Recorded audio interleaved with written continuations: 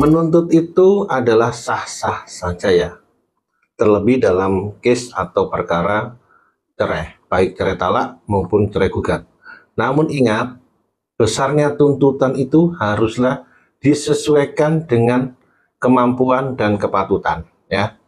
Jadi kita itu minta nafkah melalui pengadilan itu boleh, cuman ya kalian harus bisa membuktikan.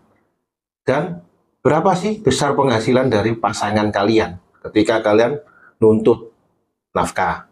Seperti contoh ada tuntutan sebesar 800 juta untuk nafkah mut'ah atau tali asih, kemudian idahnya 100, kemudian matliahnya 100, kemudian nafkah anaknya 10 juta. Jadi total nafkah dalam case ini adalah 1 miliar 10 juta. Nah, itu sah-sah saja, itu hak-hak yang menuntut ya. Namun haruslah disesuaikan dengan bukti-bukti yang ada. Oke. Sebagaimana contoh berikut ini adalah putusan from Pengadilan Agama Jember ya. Di mana kolega kami memberikan kepercayaannya kepada kami yang berada di Malang, Jawa Timur untuk menangani case beliau yang ada di Jember. Oke, jelas ya.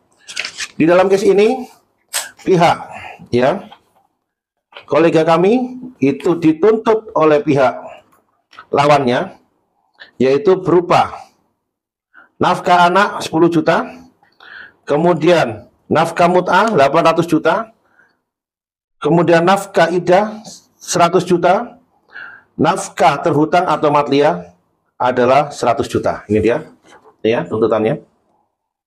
Ya. Total sebesar 1 miliar 10 juta. Ingat ya. Nih. Dan ini juga. Ini nafkah matliahnya terhutangnya 100 juta. Oke.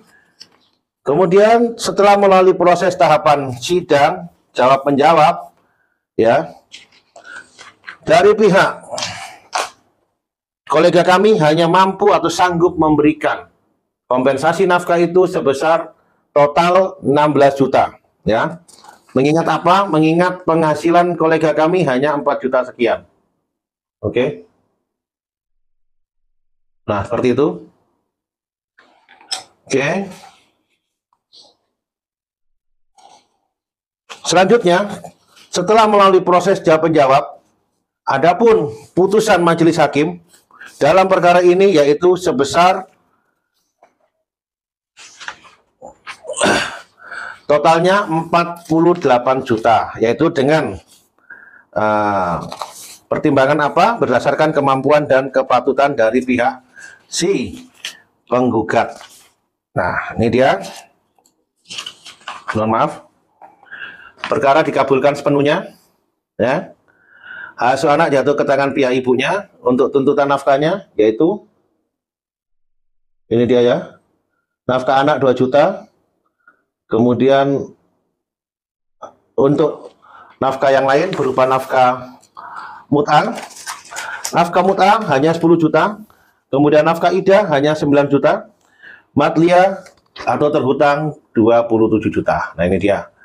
Jadi total adalah 48 juta dari tuntutan awal semula adalah 1 miliar ya, 1 miliar berapa tadi? 10 juta. Adapun dasar hakim memutus yaitu mengapa hanya sekian berdasarkan bukti-bukti serta aturan hukum yang tertuang di dalam ya. Pasal 149 huruf A, pasal 158 huruf B, pasal 159 dan pasal 160 kompilasi hukum Islam yang berbunyi wajib memberikan nafkah mut'ah yang layak sesuai dengan kepatutan dan kemampuan suami. Nah, ini dia ya. Ini dasar hukumnya. Oke. Ini serta semua itu juga harus ditunjang dengan bukti-bukti besarnya penghasilan lawan kalian ketika kalian mengajukan tuntutan. Jadi hukum itu ya mengandung asas pembuktian. Jadi siapa yang menggugat ya, siapa yang menggugat, siapa yang menuntut, apalagi berkaitan dengan nafkah ya, kalian wajib membuktikan ya. Jangan nuntut itu sampai sekian banyak tapi bukti penghasilannya tidak ada ya, seperti itu.